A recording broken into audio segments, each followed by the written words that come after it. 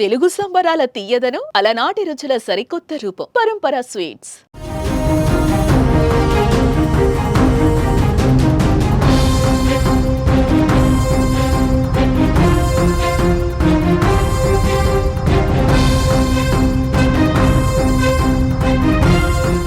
Big breaking news చూస్తున్నాం. తిరుపతి జిల్లాలో పరువు హత్య దుమారం రేపుతున్న సమయంలోనే ఏపీలో మరో పరువు హత్య అంటూ వార్తలు కలకలం రేపుతున్నాయి.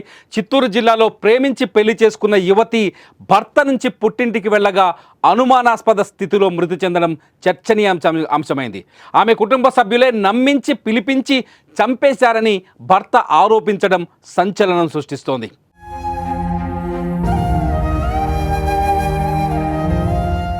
మసీదు మిట్టకు చెందిన యాస్మిన్ భాను పూతలపట్టు మండలంకు చెందిన సాయి తేజ్ 4 ఏళ్లుగా ప్రేమించుకొని ఫిబ్రవరి 9న నెల్లూరులో పెళ్లి చేసుకున్నారు.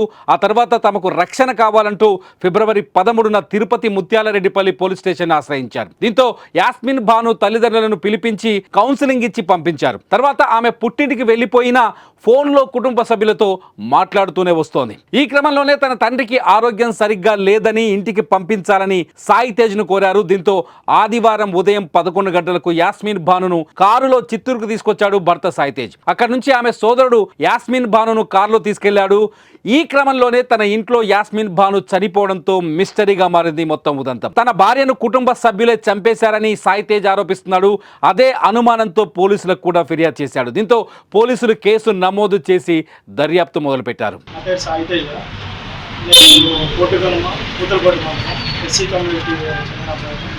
అమ్మాయి పేరు వచ్చి షేక్ యాస్మిన్ భాను. తను ముస్లిం కమ్యూనిటీ. నేను బీటెక్ కంప్లీట్ చేశాను, కంప్లీట్ చేసింది. మేము ఇద్దరు 4 years నుంచి ఇష్టపడ్డాము. ఇష్టం కాస్త పెళ్లి వరకు పడి ఇంట్లో వాళ్ళు పెద్దలు ఒప్పుకోక నెల్లూరుకి వెళ్ళి ఫిబ్రవరి 9th మేము ఇద్దరు పెళ్లి చేసుకున్నాము.